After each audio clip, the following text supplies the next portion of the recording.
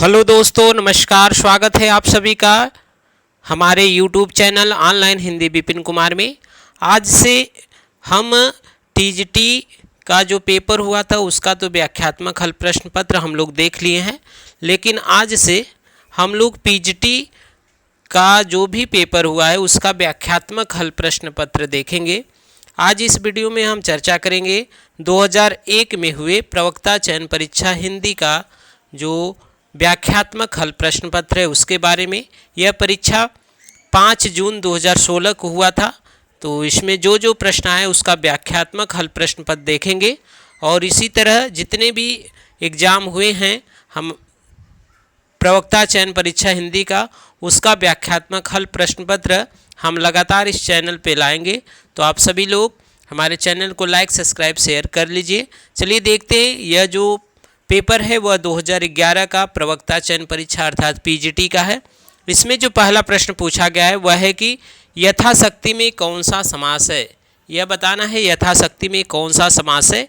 तो देखिए, जो भी समास में यानी जो भी शब्द होता है उसमें अगर पहला जो पद है वह अगर अव्यय हो या तो उपसर्ग लगा हो तो उसमें होता है अव्ययी भाव समास।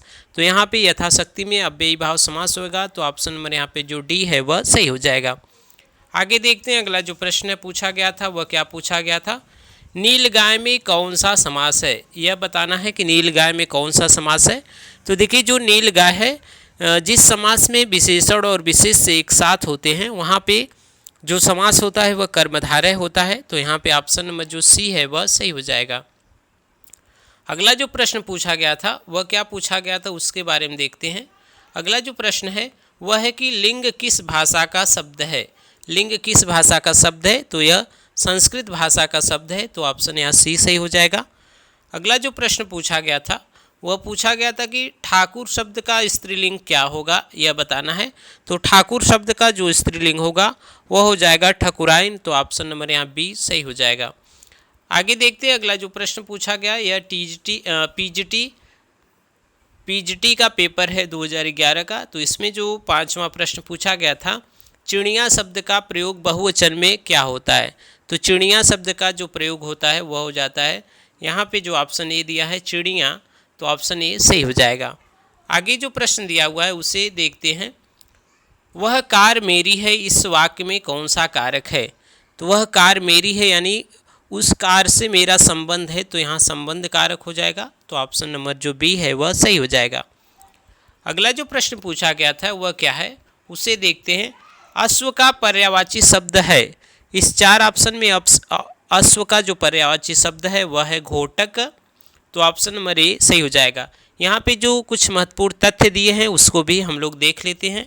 यहाँ पे जो दिया हुआ है अश्व का पर्यायवाची क्या क्या होता है, तो घोटक है, बाजी, तुरंग, घोड़ा, रविसुत, सैंधव, तरग, हरि, तरगम। तो इसे याद रखिएगा।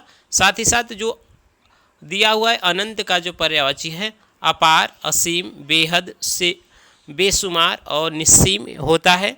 और साथ ही साथ यहाँ पे जो सूर्यपति का दिया हुआ है यानी इंद्र का जो पर्यायवाची है वह क्या होगा, इंद्र, सचिपति, मधवा, शक, पुरंदर, कौशिक, देवराज, मेघपति, सुरेंद्र, सुरेश, सहस्त्रच्छ, अमरपति, जिष्णु, पुरुहूत, विबुधेश, वज्रधर। तो यह सभी हैं इंद्र के पर्यायवाची, तो इसे आप याद रखिएगा।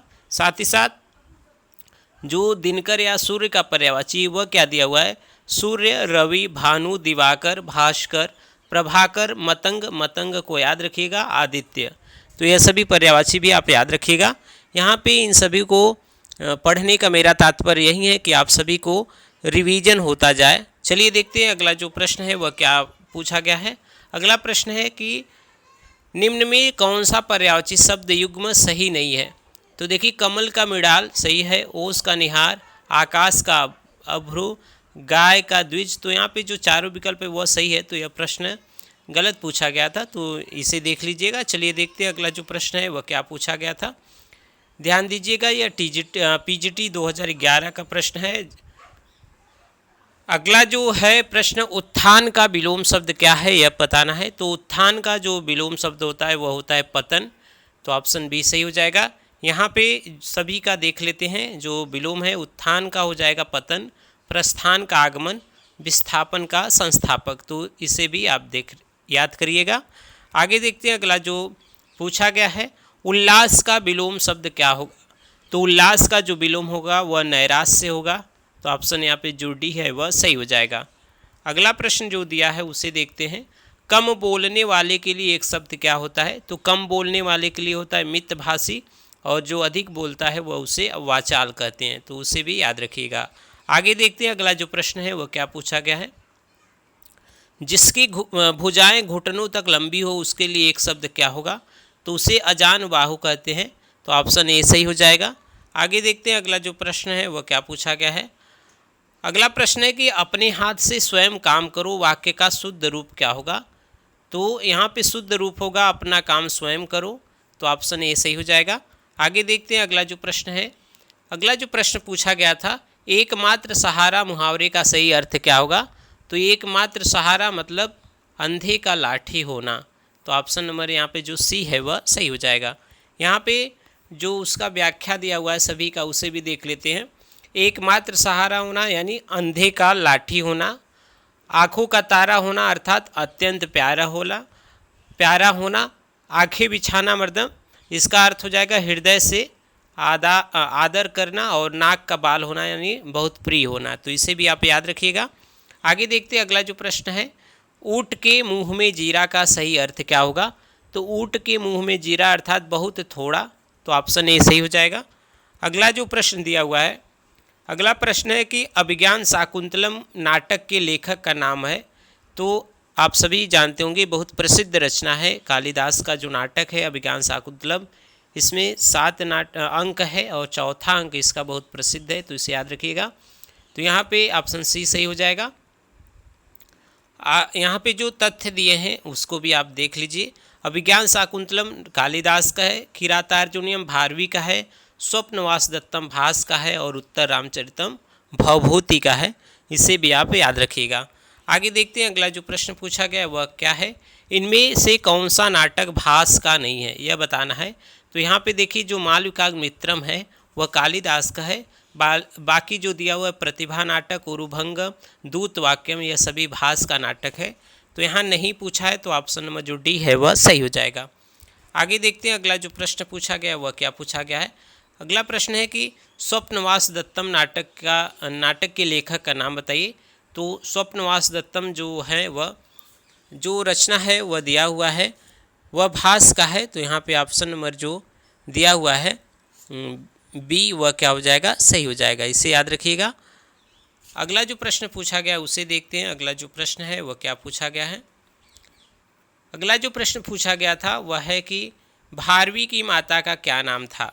इसे याद रखिएगा। भारवी की माता क्या नाम था। तो उनकी माता का नाम था सुशीला। ऑप्शन ए सही हो जाएगा। यहाँ पे जो प्रमुख तथ्य है उसे भी आप देख लीजिए।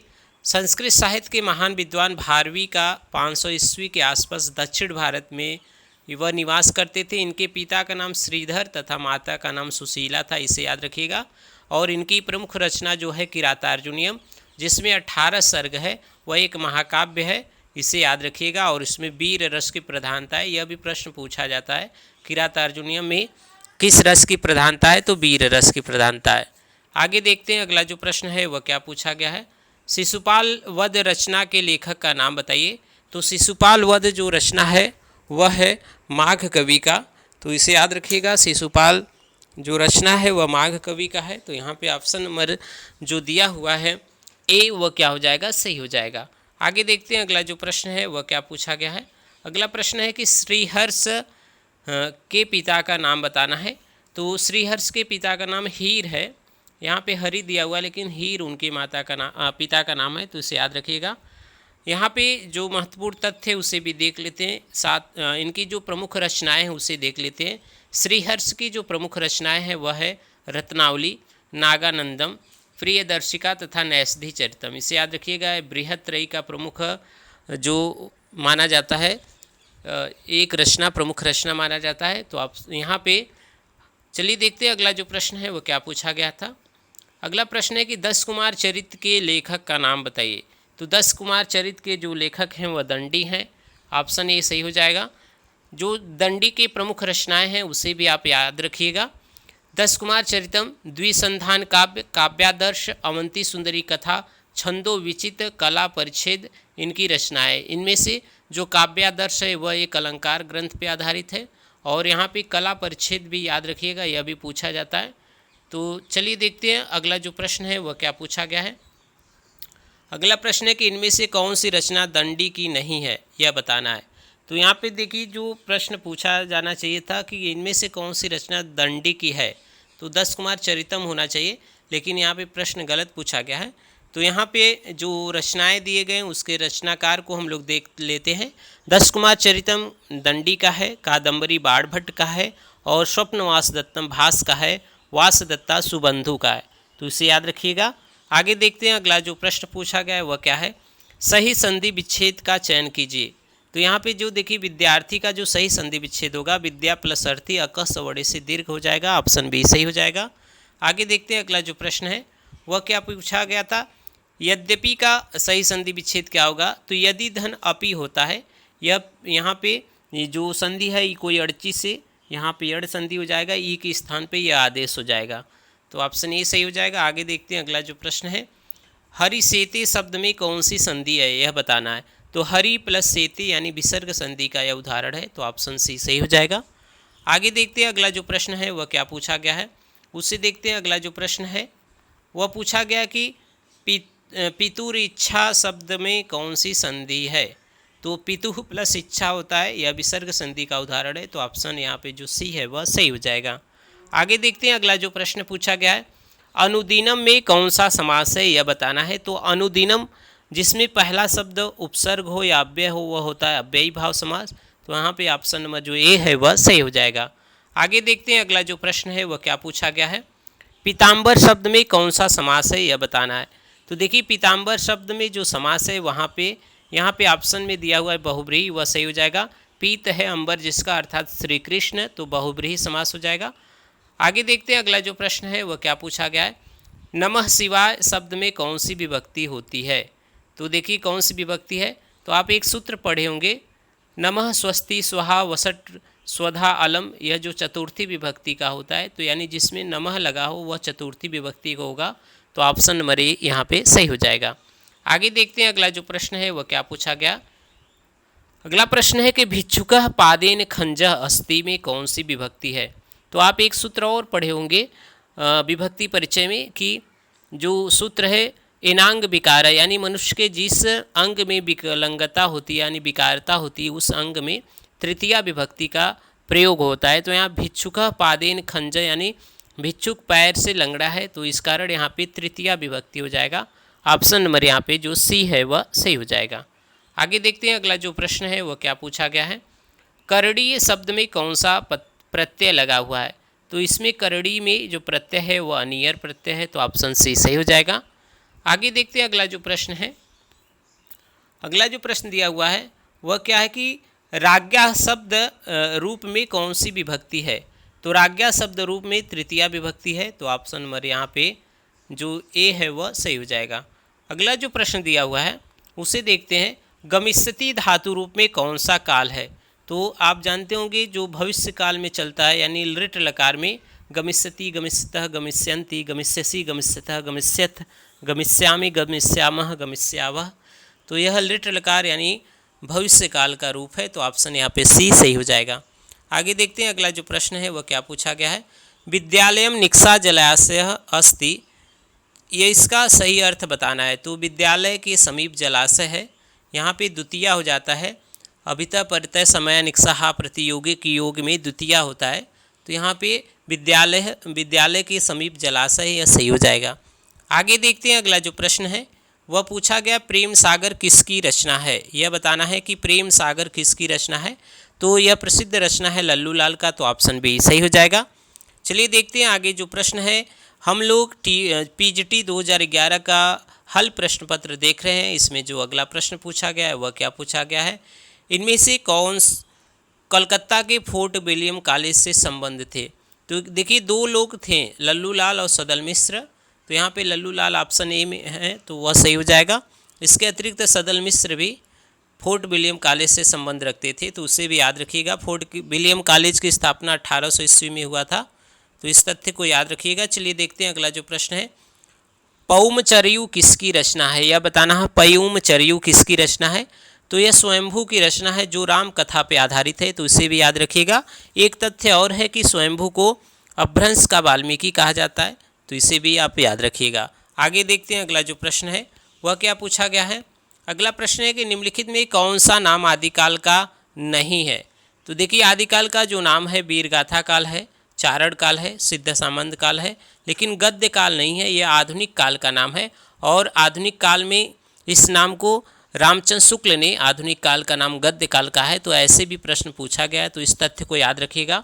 बाकी वीरगाथा काल आप सभी जानते होंगे रामचंद्र शुक्ल ने कहा है, चारण काल ग्रियर्सन ने, सिद्ध सामंत काल राहुल सांस्कृत्यायन ने, तो इस तथ्य को भी आप याद रखिएगा। चलिए देखते हैं अगला जो प्रश्न है वह क्या पूछा गया है। यहाँ पे देख लेते हैं, यहाँ पे आप सभी जानते होंगे, फिर भी रिवीजन के लिए जॉर्ज ग्रियर्सन चारण काल, मिश्र बंधु प्रारंभिक काल, आचार्य महावीर प्रसाद द्विवेदी बीजवपन काल और रामचंद्र शुक्ल वीरगाथा काल, राहुल सांस्कृत्यायन सिद्ध सामंत काल, आचार्य विश्वनाथ मिश्र ने वीर काल कहा है आदिकाल को, और राम कुमार वर्मा ने संधि काल एवं चारण काल। आगे देखते हैं अगला जो दिया हुआ है, आचार्य हजारी प्रसाद द्विवेदी ने आदिकाल कहा है और सुमन राज और मोहन अवस्थी ने आधार काल कहा है, तो इस तथ्य को याद रखिएगा। इसमें से एक प्रश्न परीक्षा में पूछे जाते हैं। आगे देखते हैं अगला जो प्रश्न है वह क्या पूछा गया है। इनमें से कौन सा कवि आदिकाल का नहीं है यह बताना है। तो देखिए चंद्रबरदाई, जगनिक, दलपति, विजय तो हैं, लेकिन नाभादास यह राम भक्ति शाखा के कवि यानी भक्ति काल के कवि हैं, तो ऑप्शन सी यहाँ पे सही हो जाएगा। आगे देखते हैं अगला जो प्रश्न है वह क्या पूछा गया है। हिंदी का प्रथम महाकाव्य किस रचना को माना जाता है। तो देखिए रामचंद्र शुक्ल ने पृथ्वीराज रासो को हिंदी का प्रथम महाकाव्य और चंद्रबरदाई को हिंदी का प्रथम महाकवि माना है, तो ऑप्शन डी यहाँ पे सही हो जाएगा। आगे देखते हैं अगला जो प्रश्न है वह क्या पूछा गया है। अगला जो प्रश्न है वह पूछा गया है कि इनमें से कौन सी रचना आदिकाल की है यह बताना है। तो यहाँ पे देखिए जो चार ऑप्शन है इसमें विद्यापति की पदावली जो है वह आदिकाल की है और इसके रचनाकार हैं अमीर खुसरो। सूरसागर सूरदास का है जो भक्ति काल के हैं। बीजक कबीर का है। भ्रमर गीत यह भी जो रचना है वह यहाँ पे सूरदास का है, तो इसे भी याद रखिएगा। चलिए देखते हैं अगला जो प्रश्न है वह क्या पूछा गया है। बिसल देव रासो के रचयिता कौन है। तो बिसल देव रासो के रचयिता है नरपति नाल, तो इसे याद रखिएगा। साथ ही साथ और जो तथ्य है उसे देख लेते हैं। देखिए नरपति नाल के रचनाकार हैं बिसल देव रासो, जगनिक परमाल रासो यानी आल्हाखंड जिसे कहा जाता है।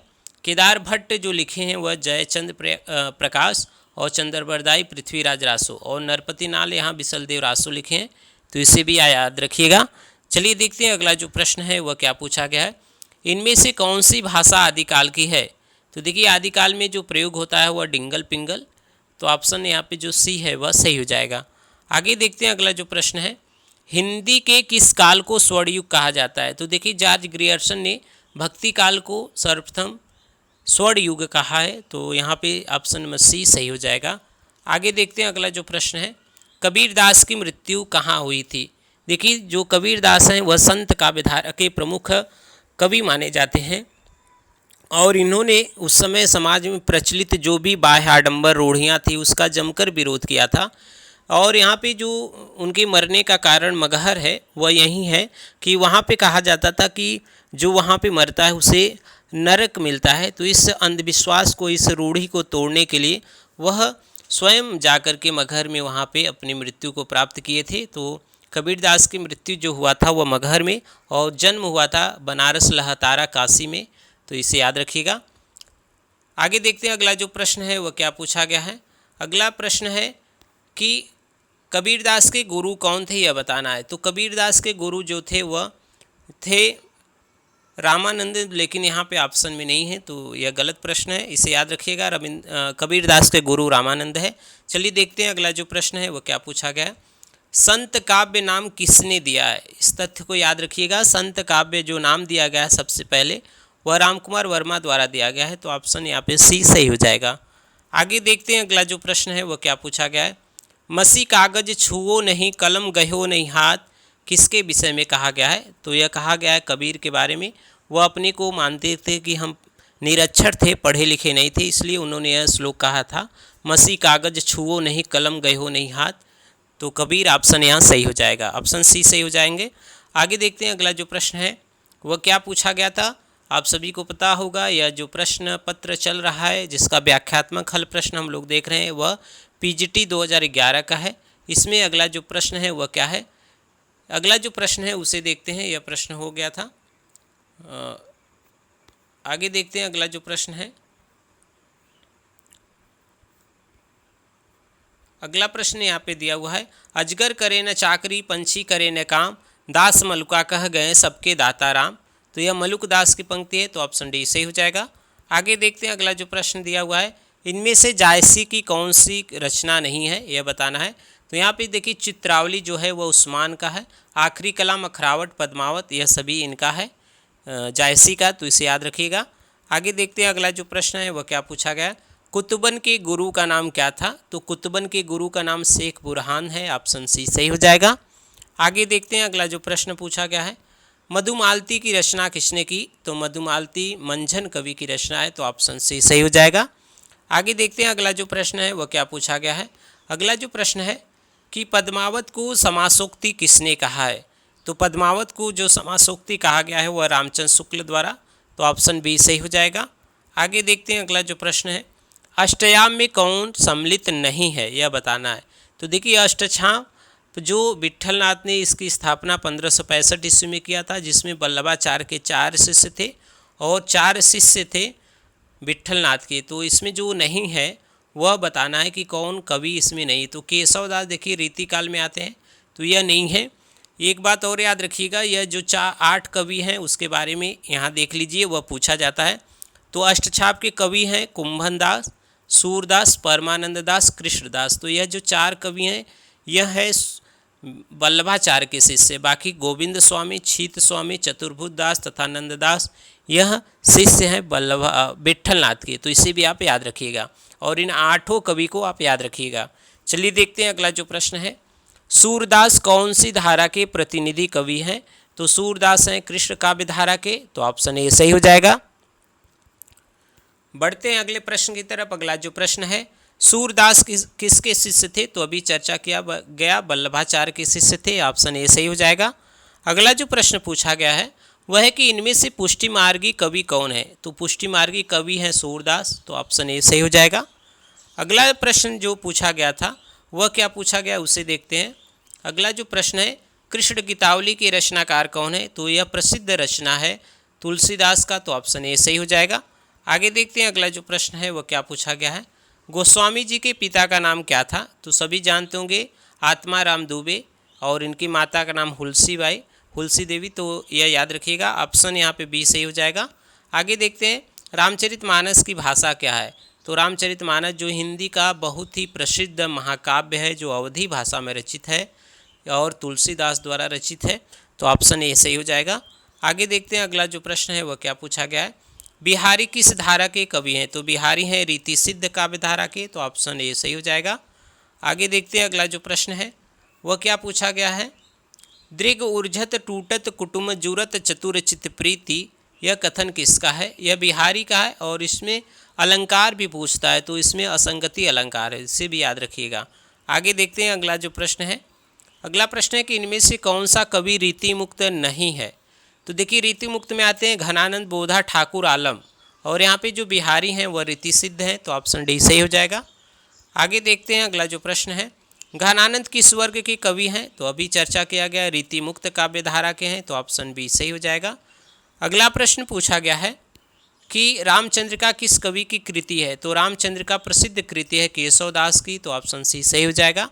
अगर इनके अन्य रचनाओं के बारे में बात करें तो रसिक प्रिया, रामचंद्रिका, कवि प्रिया, रतन बावनी, वीर सिंह देवचरित, विज्ञान गीता, जहांगीर जसचंद्रिका, नक्सिक, छंदमाल, यह सभी केशवदास की रचनाएं, तो इसे याद रखिएगा।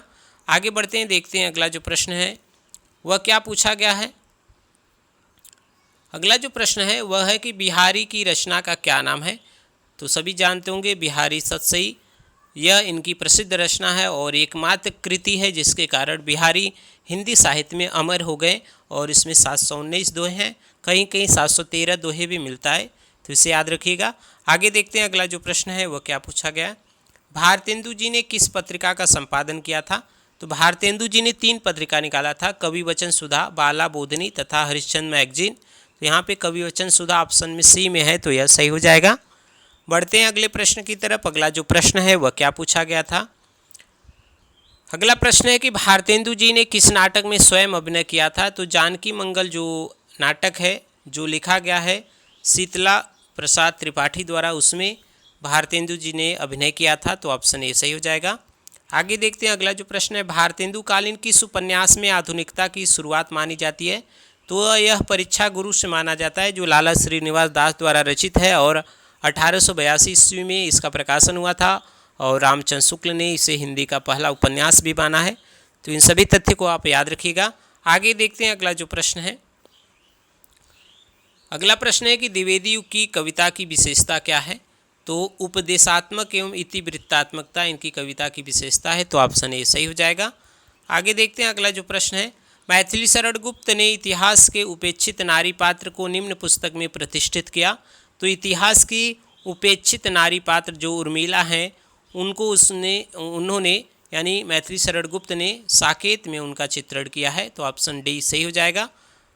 आगे देखते हैं अगला जो प्रश्न है वह क्या पूछा गया है।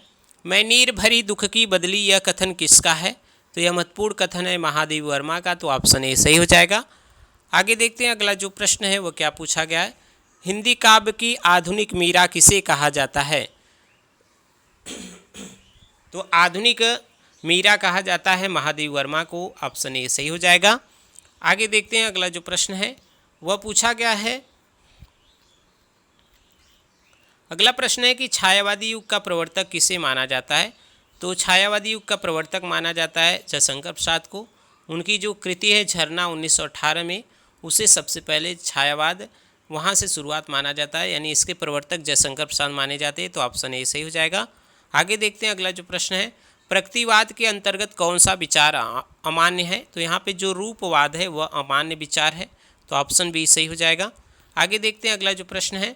दो राह समय के रथ का घर घर नाद सुनो, सिंहासन खाली करो कि जनता आती है, यह प्रसिद्ध पंक्ति है रामधारी सिंह दिनकर का। तो ऑप्शन बी सही हो जाएगा। बढ़ते हैं अगले प्रश्न की तरफ। अगला जो प्रश्न है। आगे किस पत्र के संपादक रहे हैं? तो यहाँ पे देखिए जो प्रश्न है वह विशाल भारत, दिनमान, दैनिक, ये सभी ऑप्शन दिए। तो यहाँ पे प्रश्न गलत है, क्योंकि जो आगे हैं वह यहाँ पे जो 2 ऑप्शन है विशाल भारत और दिनमान दोनों के संपादक थे, इसलिए यह प्रश्न गलत है। तो इसे याद रखिएगा। आगे देखते हैं अगला जो प्रश्न है वह क्या पूछा गया है।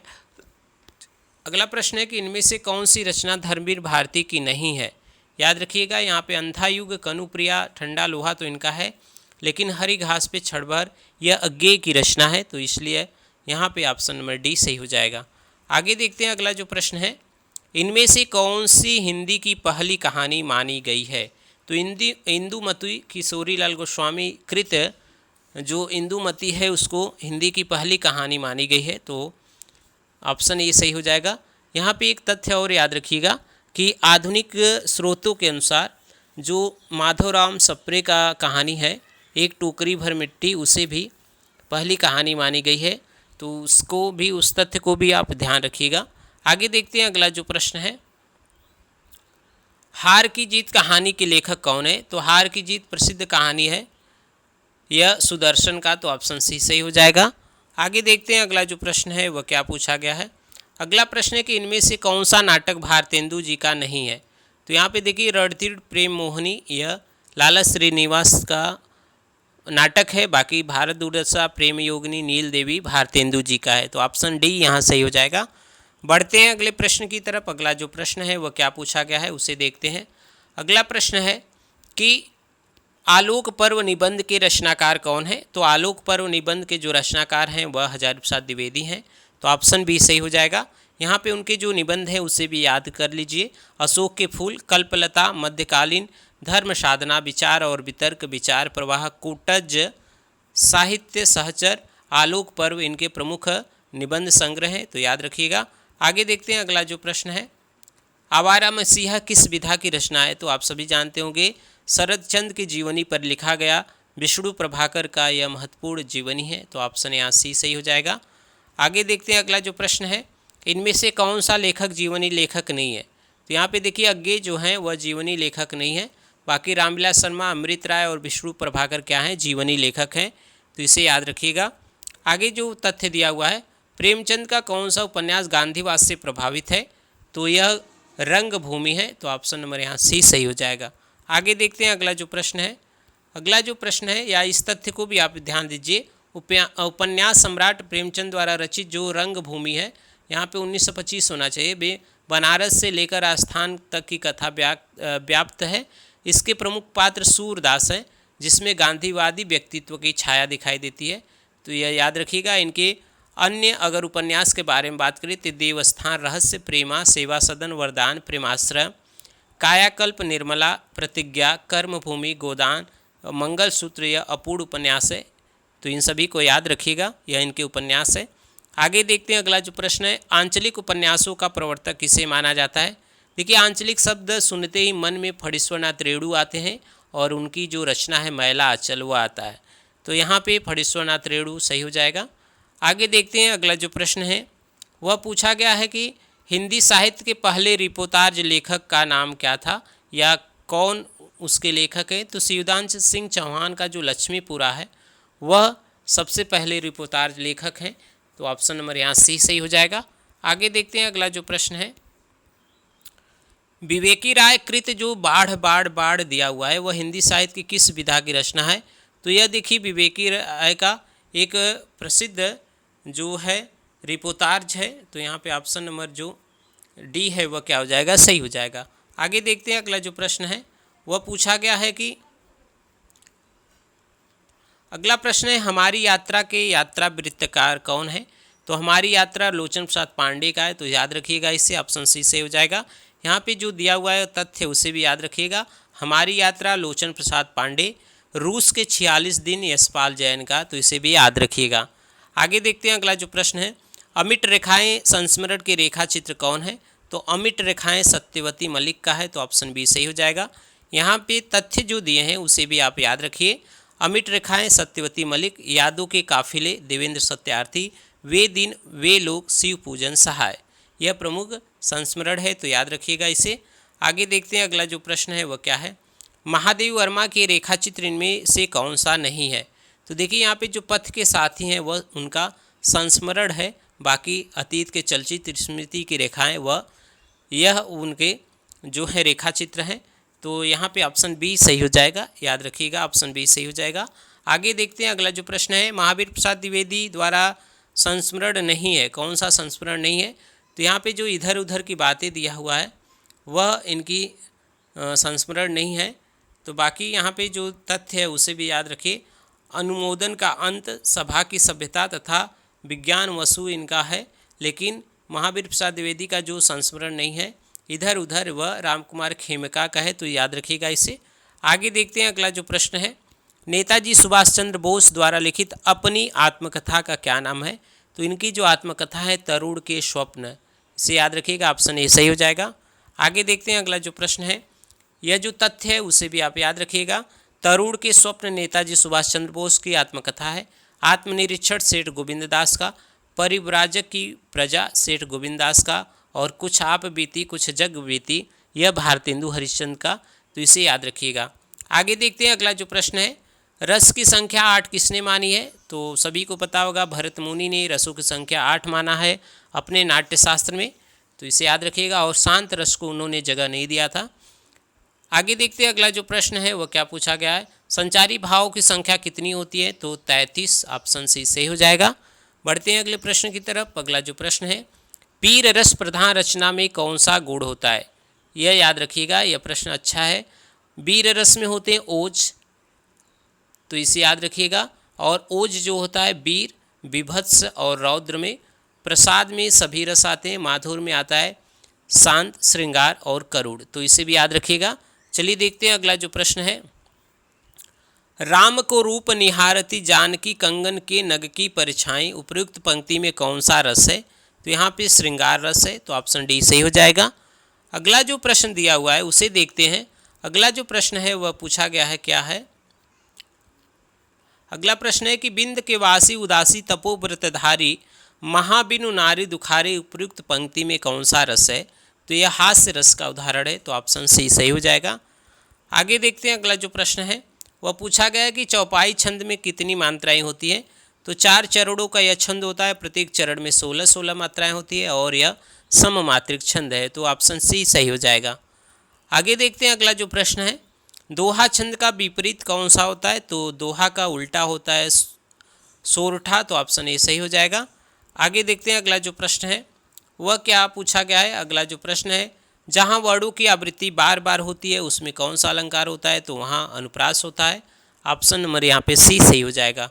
बढ़ते हैं अगले प्रश्न की तरफ। अगला जो प्रश्न है वह क्या पूछा गया है।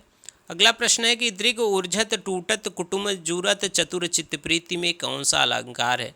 तो यह ऊपर चर्चा किया गया था, यह बिहारी की पंक्ति है, इसमें असंगति अलंकार है, तो ऑप्शन नंबर यहाँ पे बी सही हो जाएगा। आगे देखते हैं अगला जो प्रश्न है वह क्या पूछा गया है। अगला जो प्रश्न पूछा गया है वह है कि जहाँ शब्द प्रत्यक्ष अर्थ को त्याग कर किसी और ही अर्थ की प्रतीति कराए तो उसके प्रत्यक्ष अर्थ की अपेक्षा अधिक चमत्कारपूर्ण होता है। काव्य शास्त्र में यह किसका लक्षण है? तो यह ध्वनि का है, तो ऑप्शन नंबर यहाँ पे जो सी है वह सही हो जाएगा, याद रखिएगा। आगे देखते हैं अगला जो प्रश्न है वह क्या पूछा गया है। अगला जो प्रश्न है, अभिधा उत्तम काव्य है मध्य लक्षणाहीन अधम व्यंजना रस विरस उल्टी कहत नवीन, तो यह प्रसिद्ध पंक्ति देव की है, तो ऑप्शन नंबर यहाँ पे सी सही हो जाएगा। आगे देखते हैं अगला जो प्रश्न पूछा गया था, यह पीजीटी 2011 का हल प्रश्न पत्र हम लोग देख रहे हैं। इसमें अगला प्रश्न है कि को घटिए वृषभानुजा वे हलधर के वीर में कौन सी व्यंजना है? तो इसमें शाब्दी व्यंजना है, तो ऑप्शन ए सही हो जाएगा। आगे देखते हैं अगला जो प्रश्न है। अगला प्रश्न है कि किस शब्द शक्ति की प्रतीति सबसे पहले हुआ करती है? तो यहाँ पे देखिए जो अभिधा है उसकी प्रतीति सबसे पहली होती है और इसे वाच्यार्थ कहते हैं, यानी वाचन से ही जिसका अर्थ निकल जाए वह अभिधा होता है, उसे वाच्यार्थ भी कहा जाता है, तो इसे भी याद रखिएगा, ऑप्शन सी यहाँ पे सही हो जाएगा। बढ़ते हैं अगले प्रश्न की तरफ। अगला जो प्रश्न है, हिंदी भाषा की उत्पत्ति हुई है, तो सभी जानते होंगे सौरसेनी अपभ्रंश से हिंदी भाषा की उत्पत्ति हुई है, तो ऑप्शन सी सही हो जाएगा। आगे देखते हैं अगला जो प्रश्न है वह क्या पूछा गया है। अगला जो प्रश्न है वह है कि अपभ्रंश भाषा के प्रथम महाकवि कौन है? तो स्वयंभू को माना जाता है और रामकुमार वर्मा ने इन्हें अपभ्रंश का प्रथम कवि और हिंदी का भी प्रथम कवि माना है, तो इसे याद रखिएगा, ऑप्शन बी सही हो जाएगा। बढ़ते हैं अगले प्रश्न की तरफ। अगला जो प्रश्न है वह क्या पूछा गया है। देवनागरी लिपि में स्वर वर्णों की संख्या कितनी होती है? तो स्वर 11 होते हैं देवनागरी लिपि में, तो ऑप्शन ए सही हो जाएगा। आगे देखते हैं अगला जो प्रश्न है वह है कि इनमें से पश्चिमी हिंदी की बोली कौन सी नहीं है? तो देखिए अवधी बघेली छत्तीसगढ़ी आते हैं पूर्वी में, तो यह पूर्वी हिंदी की बोली है, तो बाकी ब्रज भाषा कन्नौजी और बुंदेली यह है पश्चिमी हिंदी के, तो यहाँ पे ऑप्शन बी सही हो जाएगा। बढ़ते हैं अगले प्रश्न की तरफ। अगला जो प्रश्न है वह क्या पूछा गया है। अगला प्रश्न है कि इनमें से कौन सी राजस्थानी की बोली नहीं है? तो देखिए मारवाड़ी मेवाती मालवी तो है लेकिन बुंदेली नहीं है, तो ऑप्शन बी सही हो जाएगा। आगे देखते हैं अगला जो प्रश्न है वह क्या पूछा गया। किसी सीमित क्षेत्र में बोली जाने वाली स्थानीय भाषा को क्या कहते हैं? तो वह बोली का कहा जाता है, सीमित क्षेत्र में बोली जाने वाली जो भाषा होती है उसे बोली कहते हैं, ऑप्शन सी सही हो जाएगा। अगला जो प्रश्न पूछा गया है वह क्या है कि पूर्वी हिंदी का विकास इनमें से किस अपभ्रंश से हुआ? देखिए पूर्वी हिंदी का जो विकास हुआ है वह अर्धमागधी से हुआ है, तो ऑप्शन नंबर यहाँ पे जो बी है वह सही हो जाएगा। आगे देखते हैं अगला जो प्रश्न है वह क्या पूछा गया। अपभ्रंश काव्य का सुप्रसिद्ध छंद कौन सा है? तो अपभ्रंश काव्य का सुप्रसिद्ध छंद पद्धरी को माना जाता है, तो ऑप्शन बी सही हो जाएगा। अगला जो प्रश्न है कि यहाँ पे दिया है कि ध्वनि को काव्य की आत्मा मानकर ध्वनि संप्रदाय का प्रतिपादन किसने किया था? तो वह आनंदवर्धन ने किया था, तो ऑप्शन डी सही हो जाएगा। आगे देखते हैं अगला जो प्रश्न है वह क्या है। ध्वनि संप्रदाय को व्यवस्थित करने का श्रेय किसे दिया जाता है? तो आनंदवर्धन को, ऑप्शन ए सही हो जाएगा। आगे देखते हैं अगला जो प्रश्न है, कन्नौजी हिंदी की किस उपभाषा की एक बोली है? तो कन्नौजी जो है वह पश्चिमी हिंदी का है, तो ऑप्शन नंबर बी सही हो जाएगा। आगे देखते हैं अगला जो प्रश्न है, इनमें से कौन सी ध्वनि अंतस्थ नहीं है?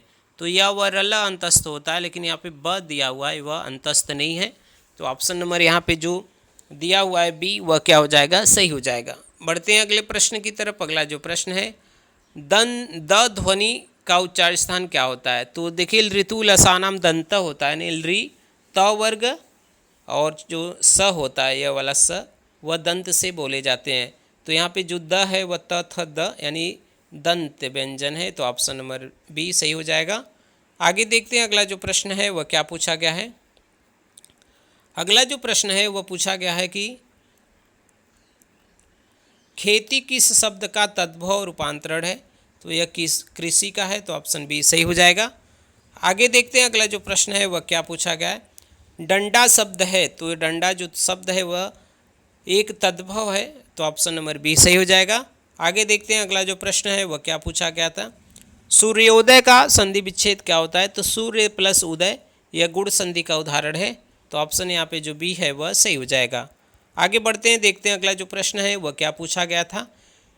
किस संधि में स्वरों का परिवर्तन य व ल में हो जाता है? तो आप एक सूत्र पढ़े होंगे, इको अर्ची, यानी ई के स्थान पे य हो जाता है और उ के स्थान पे र, री के स्थान पे ल, और यहाँ पे इको अर्ची से यड़ संधि में होता है, तो यहाँ पे ऑप्शन नंबर जो डी है वह सही हो जाएगा।